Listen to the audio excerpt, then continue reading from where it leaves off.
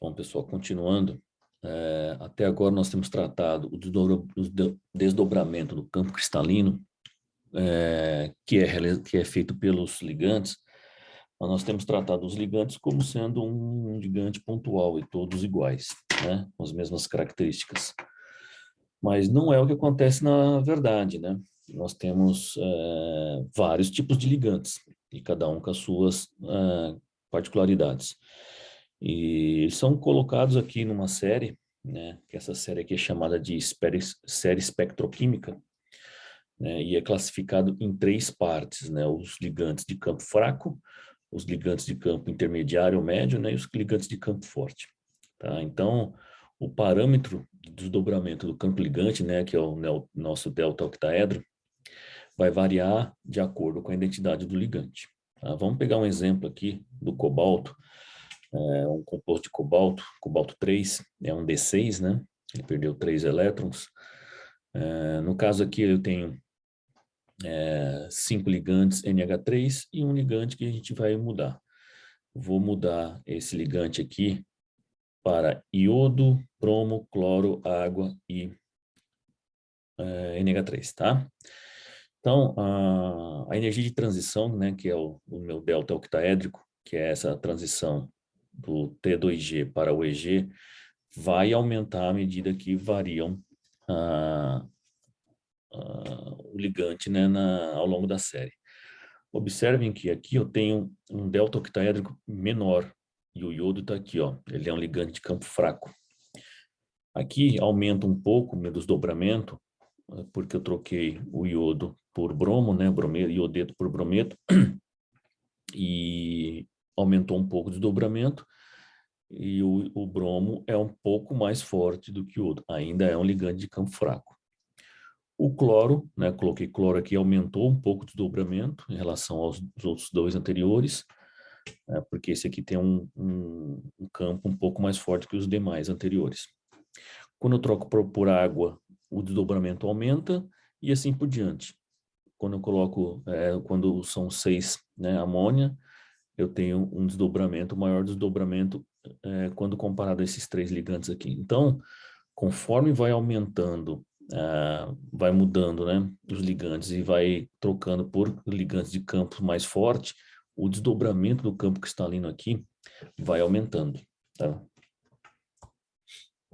Esse aqui é um exemplo que é publicado, já a gente trabalhou com esse composto aqui, que é a aquação do cobalto, né?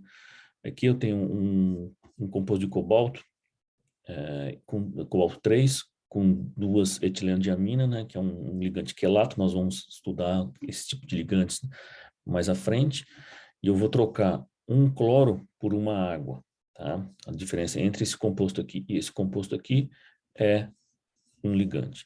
Lembrando, né, o cloro é um ligante de campo fraco, a água também, mas a água é um pouco mais forte que o cloreto. Ou seja, quando eu trocar o cloreto pela água, o desdobramento do campo cristalino, né, vai aumentar. Tá? Vocês vão fazer isso também na química inorgânica experimental, essa síntese aqui. Então, o que que acontece, pessoal?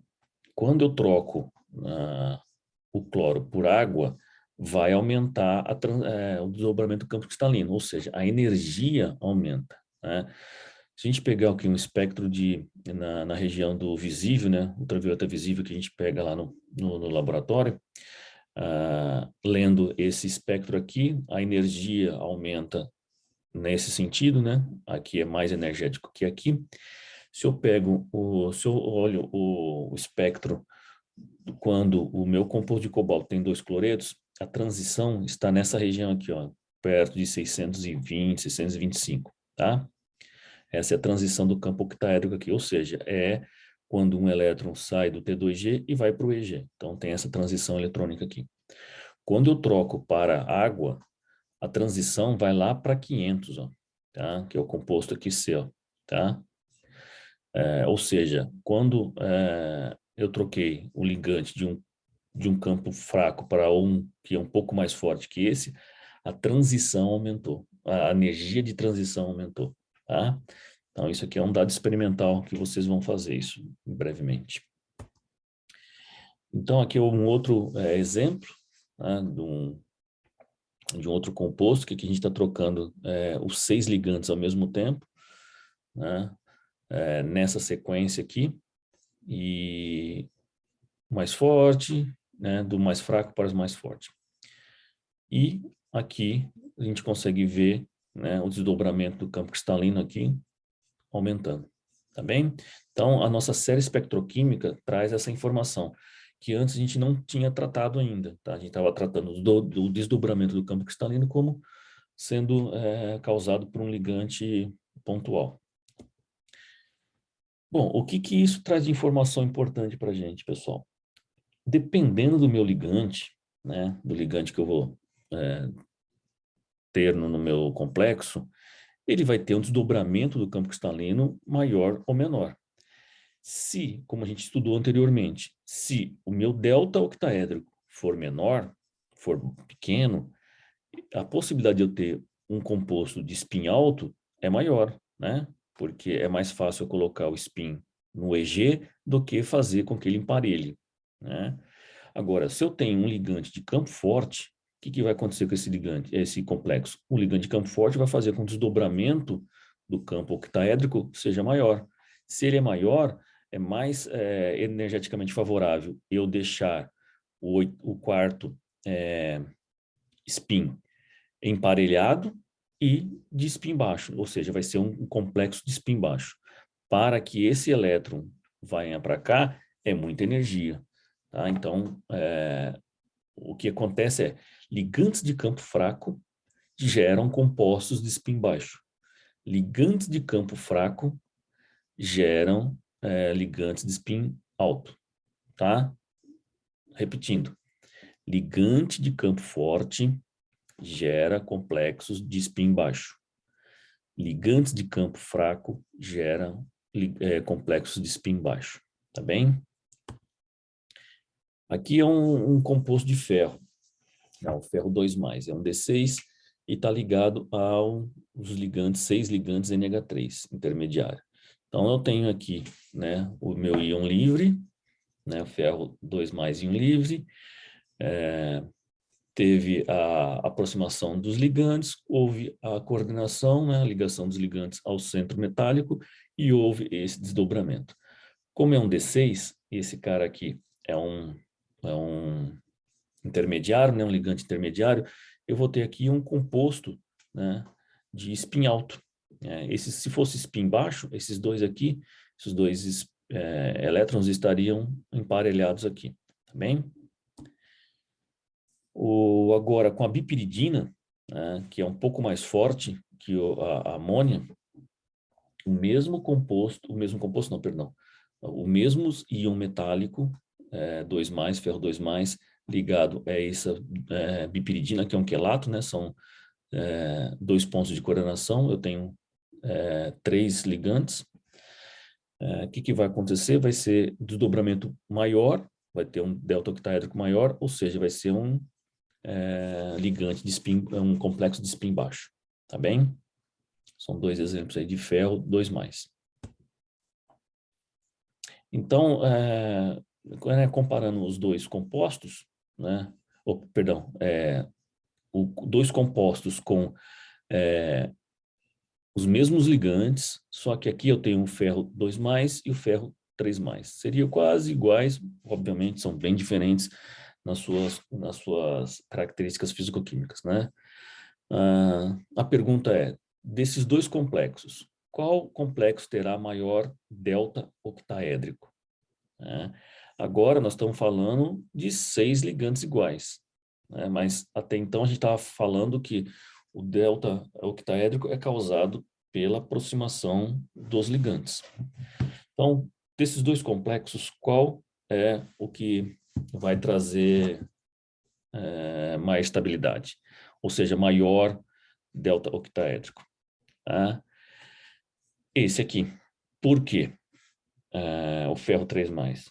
Porque o ferro 3+, se vocês forem lá calcular os F, né, a blindagem dele, isso a gente viu lá em Química Geral 1, a blindagem é maior, ou seja, vai ter maior interação com o ligante.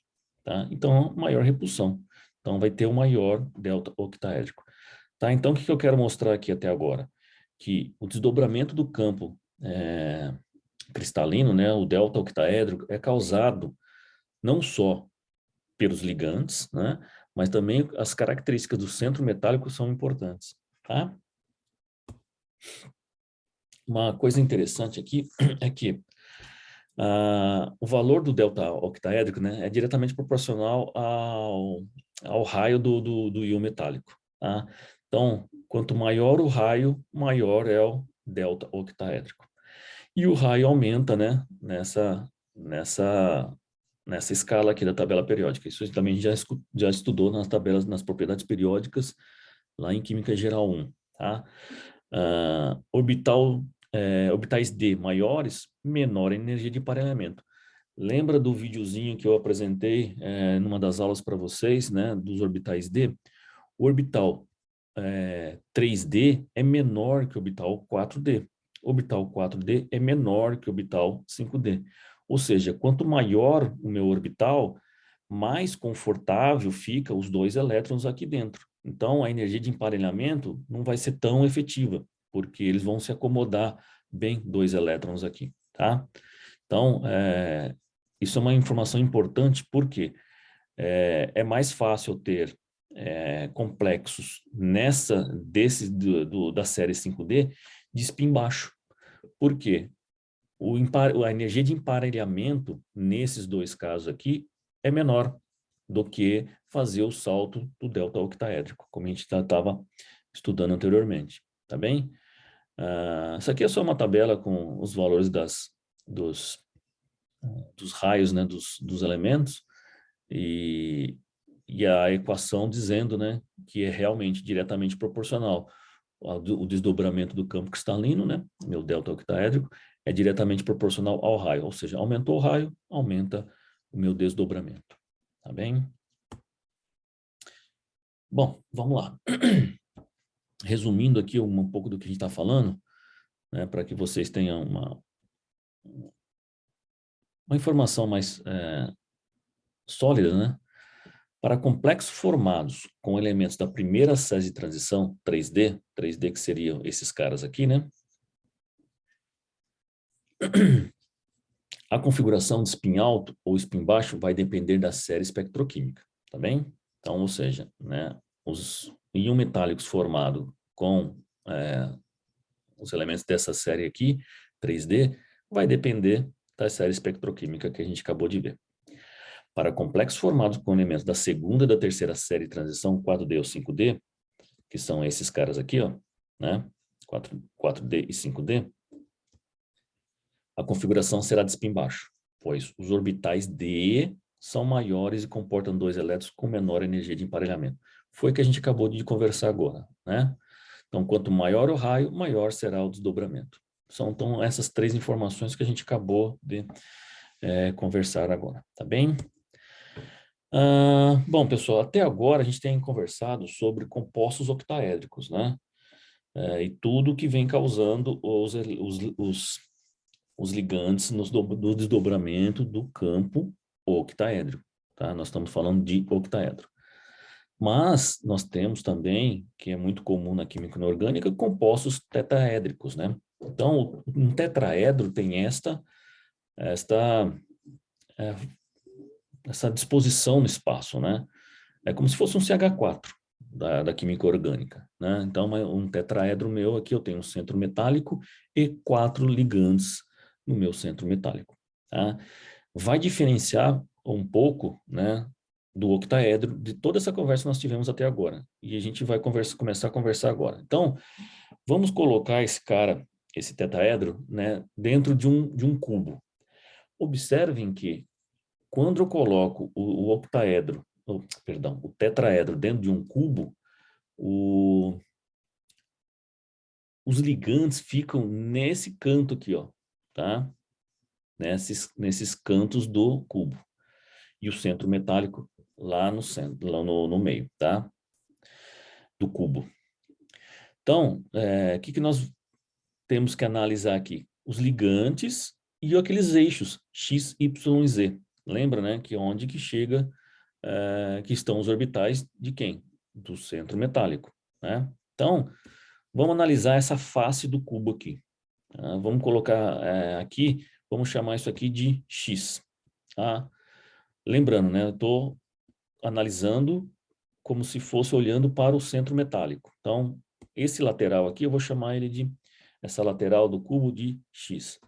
Essa lateral eu vou chamar de Y e a parte de cima de Z. Então, o que eu tenho aqui? Eu tenho os eixos, as coordenadas dos eixos, né, dos orbitais do centro metálico. Observem onde estão os ligantes, tá? Isso é importante. Então, eu tenho tudo aqui, tá? Os 3 eixos. Só que os orbitais que a gente descreveu até agora, eles continuam no mesmo jeito, né? Os 5 orbitais D estão do mesmo jeito. Então, entre os eixos ou nos eixos, ou no eixo, né?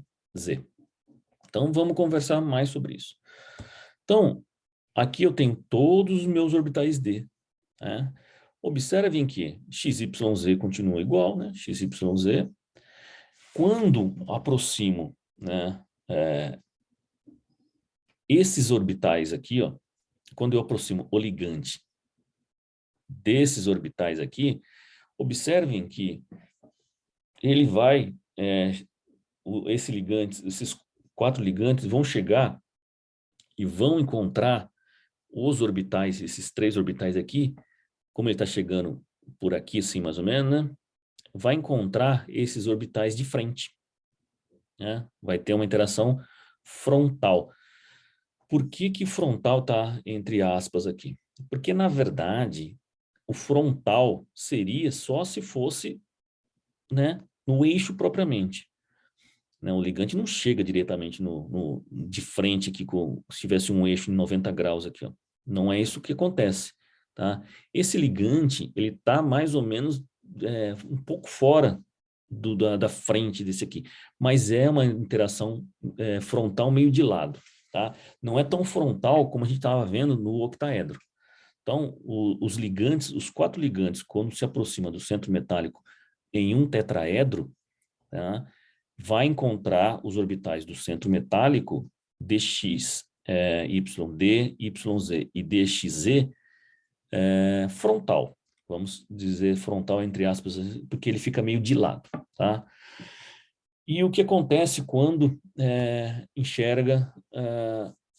os ligantes enxergam o centro metálico, os orbitais que estão, os orbitais dz ao quadrado, dx ao quadrado e y ao quadrado. Vai ter uma sobreposição lateral, né? Porque veja bem, ó, agora esses caras aqui, eles estão no eixo, né? Estão no eixo aqui, ó, tem um orbital aqui, ó, no eixo. E esse aqui também está no eixo, tá nesse eixo e nesse eixo.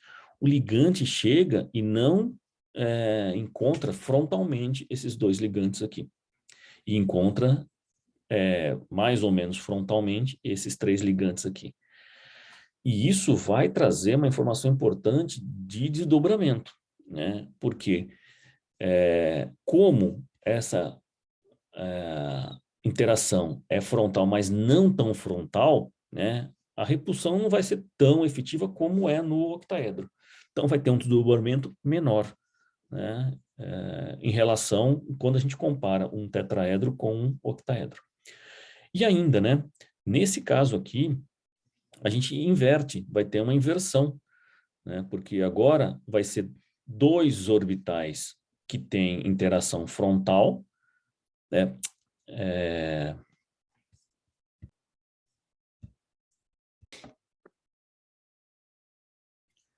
Perdão, pessoal, 2 orbitais que vão ter interação lateral e 2 orbitais que vão ter interação frontal, parcialmente frontal, tá? Então vai ter uma interação maior, repulsão maior, interação um pouco menor por ser lateral. Então, o desdobramento agora, que nós chamamos de desdobramento do campo cristalino tetraédrico, né? Agora a gente tem um T aqui, né? O meu EG, que era EG no octaedro, fica embaixo, 2 orbitais EG, e eu tenho 3 orbitais T2G na parte de cima. Só que agora nós temos, quando se fala de tetraedro, a gente, na nomenclatura, a gente tira esse G. E a gente vai ver isso mais à frente, também vocês já viram também em Química Inorgânica 1, que não tem centro de inversão, né? O tetraedro não tem centro de inversão, ele perde esse IG aqui. Então, no tetraedro, eu vou ter aqui 2 orbitais e 3 orbitais T2, tá? Aqui eu tenho meu baricentro, que é o centro de energia, o zero de energia, né? E o desdobramento do campo agora tetraédrico.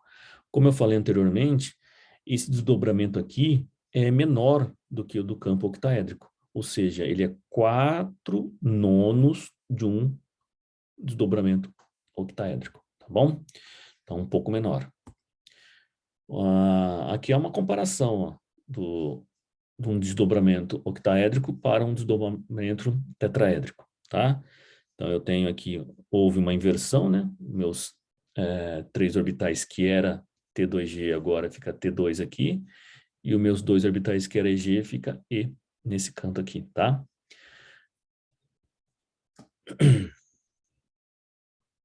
É uma outra informação importante aqui agora que para o tetraedro, né, é muito mais fácil ter compostos de spin alto, porque a energia de emparelhamento necessariamente, né, ou comumente vai ser maior que essa energia de desdobramento do campo tetraédrico aqui, tá bem? Outra informação bastante importante é